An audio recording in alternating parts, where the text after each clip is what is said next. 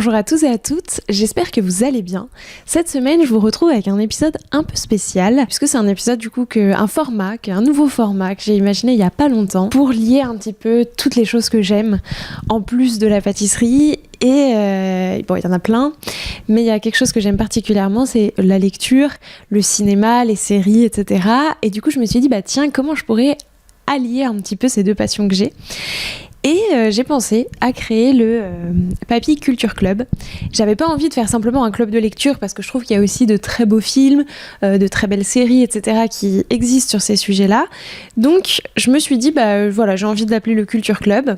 L'idée donc c'est de vous présenter, je ne sais pas encore à quelle récurrence, mais des livres, des séries, des films, des documentaires, des expositions, pourquoi pas. Pouvoir échanger avec vous aussi dessus si vous les avez lus. Et puis j'avais un peu envie de mettre ce mot de club parce que pourquoi pas en fait à l'avenir faire quelque chose aussi où on échange vraiment en temps réel. Je serais ravie moi d'avoir vos recommandations de lecture, de films, etc. qui vous ont plu. L'idée c'est du coup d'avoir quelque chose qui soit toujours dans l'univers de la gastronomie, pas de parler de tous les livres que je vais lire, mais uniquement dans l'univers de la gastronomie au sens large. Pas du tout juste les livres de recettes qui me plaisent, même si ça vous intéresse, je pourrais très bien vous faire un épisode sur ce sujet. Je vous en dis pas plus, de toute façon vous allez découvrir ça dans cet épisode. Aujourd'hui j'ai 4 livres et un film à vous présenter. Le premier livre, ça s'appelle Tant que le café est encore chaud. Il a été écrit par Toshikazu Kawaguchi et donc c'est un petit café à Tokyo où l'on peut retourner dans le passé. C'est une rumeur qui existe. Il y a des règles. On ne peut pas changer le présent. On ne peut pas avoir un impact sur aller dans le passé de quelque chose qu'on n'a pas aimé, de ce qu'on a fait, etc. et modifier notre comportement, ce qui aurait un impact sur le présent. On n'a pas le droit de faire ça. Et ça peut durer tant que la tasse de café que l'on boit est encore chaude. On doit aussi être assis à une table spécifique dans le café, etc. C'est assez sympathique. Donc c'est de la littérature japonaise. Vous allez voir, il y en a beaucoup dans ce que je vais vous présenter, aussi parce que c'est un type de littérature où on s'intéresse énormément à la gastronomie, ou en tout cas elle a une place dans les petites histoires. Je ferai mes recherches après pour trouver plein d'autres livres dans ces thématiques-là, mais en tout cas c'est vraiment un univers où il y a énormément, la place offerte à la gastronomie est vraiment là. En fait, c'est plein de petites scénettes de gens du coup de clients qui viennent dans ce café pour retourner dans le passé, et on apprend un petit peu à chaque fois sur leur histoire. Vous allez voir, c'est pareil, c'est très caractéristique de ce genre de littérature. Mais en tout cas, c'est très doux, ça se lit très bien, il est franchement assez court.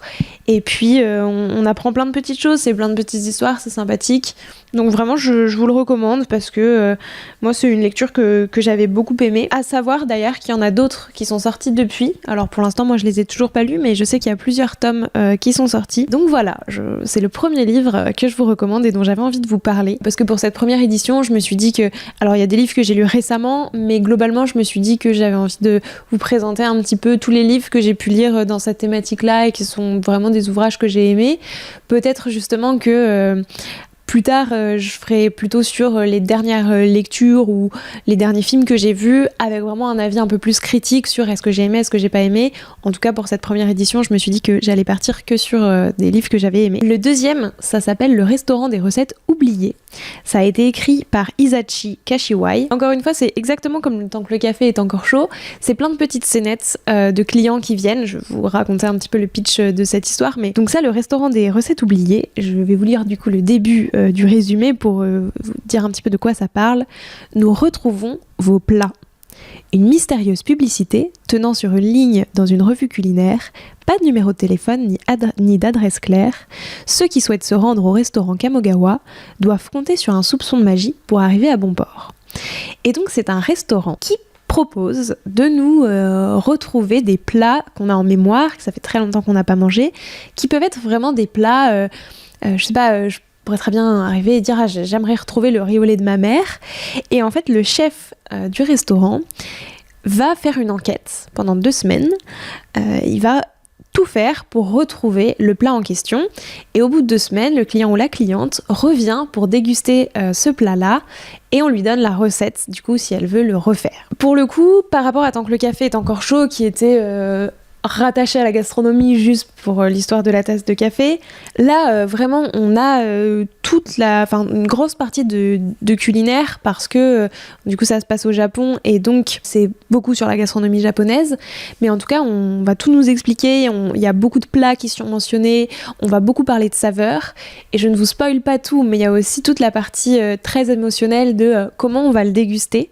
Donc moi, c'est un livre que j'ai bien aimé pour tout ça justement, pour tout ce qui est ce que nous procure des recettes et des souvenirs et à quel point la cuisine s'imprègne en fait de nos souvenirs et reste très ancrée en nous et à quel point ça peut nous faire revivre des émotions que de remanger des plats qu'on a eu en coup de cœur et qu'on a envie de redécouvrir. Encore une fois, je trouve que c'est très doux, il y a plein de petites histoires. Alors des fois, je trouve que le côté un peu frustrant, c'est qu'on aimerait en savoir un peu plus sur l'histoire de chaque personne, etc. Parce que comme c'est plein de petites scénettes, c'est finalement assez court, c'est comme presque plein de petites nouvelles. Et du coup, je trouve que des fois, il y a presque ce côté un peu frustrant de j'aimerais bien en savoir plus sur ces gens, en savoir plus sur cette recette, sur aussi tout le travail de recherche, du coup, comment ça se passe. Parce que tout ça est à chaque fois un peu résumé. Mais en tout cas, il est très très chouette. Voilà, si vous voulez passer un bon moment, il n'est pas non plus très long et puis c'est écrit assez gros. Donc ça se lit assez rapidement. Et puis comme je vous le disais, c'est des petites nouvelles, donc on peut en lire une de temps en temps. Mais voilà, c'est un livre que j'ai bien aimé. Encore une fois, c'est pas mon livre préféré, mais il est très chouette. Ensuite, je vais rester dans, encore une fois, tout ce qui est la littérature japonaise avec un manga, oui c'est un manga mais du coup en format quand même un peu grand qui s'appelle La cantine de minuit, qui a été écrit par Yaro Abe. Il y a pareil, encore une fois, plein de tomes autour de ça, mais du coup c'est le même système. Alors du coup comme c'est en version BD, ça choque un peu moins ce côté, c'est plein de petites scénettes, mais du coup encore une fois c'est plein de petites histoires de clients.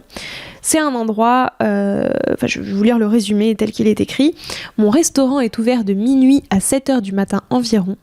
On le surnomme la cantine de minuit, mais pour certains c'est plutôt la cantine de l'aube. Dans cette petite gargote située au fond d'une ruelle du quartier de Shinjuku, les clients se croisent, les histoires se dévoilent. La carte ne propose que du tonjiru, de la soupe miso au porc ainsi que du saké, mais selon vos envies, on vous préparera à la demande tout ce qu'on est en mesure de vous servir. Je suis pas une fan de manga à l'origine, mais en tout cas ce livre m'a beaucoup plu et j'ai vraiment bien aimé. Donc je vous le recommande aussi. C'est très chouette et du coup c'est dans un style très différent des autres, même si du coup on retrouve quelques similitudes. Mais voilà, je vous recommande encore une fois La cantine de minuit, qui est assez sympathique. Et puis enfin, le dernier livre que je voulais vous présenter, après on passera au film, c'est Sauvage de Julia Kerninon. Là pour le coup, qui est donc une autrice française. De cette autrice, c'est pas mon préféré. Moi j'avais préféré le livre Maria, que j'avais trouvé très puissant. Mais celui-ci est quand même très chouette et présente encore une fois l'histoire d'une femme. Et ici l'histoire d'une femme forte. Donc c'est quelque chose que j'avais beaucoup aimé. Pour vous lire le résumé, donc à Rome, Ottavia Selvaggio a décidé à 15 ans d'être maîtresse de son destin. Ni ses histoires d'amour, ni le mariage, ni même la maternité ne la font dévier de sa route. Pendant que son mari s'occupe de leurs enfants, elle invente dans son restaurant une cuisine qui ne doit rien à personne. En robe noire et sans frémir, Ottavia avance droit, jusqu'au jour où un homme surgit du passé avec un aveu qui la pousse à douter de ses décisions. Comment être certaine d'avoir choisi sa vie? Le désir a-t-il une fin? Je l'ai mis dans cette catégorie parce que c'est donc une chef cuisinière. Ça se passe dans une cuisine et elle va un peu tout nous raconter. Donc là, c'est de la cuisine italienne. Donc on est dans un autre style, mais ça donne faim. Et il y a en plus une histoire d'amour qui est imbriquée. Il y a aussi tout le côté justement faire des choix notamment quand on est une femme, de est-ce qu'on fait passer sa carrière, sa famille, l'amour, qu'est-ce qu'on fait. Encore une fois, j'ai choisi un livre qui se lit bien, qui est assez facile à lire, qui est assez court aussi. Et franchement très accessible, donc je vous le recommande. Et puis enfin, la dernière œuvre que je voulais vous présenter, c'est un film qui s'appelle L'amour au présent et qui est sorti il y a pas très longtemps. Un film réalisé par John Crowley. Donc encore une fois, il y a une histoire d'amour. Finalement, ça va un peu résonner avec Sauvage. Mais donc là, l'histoire, c'est une femme qui, encore une fois, est chef cuisinière, qui est chef cuisinière d'un restaurant étoilé, qui a une récidive d'un cancer. C'est une femme qui est assez jeune, si je dis pas de bêtises, il me semble qu'elle a genre entre 35 et 40 ans. Et donc son cancer récidive, ça pose plein de questions.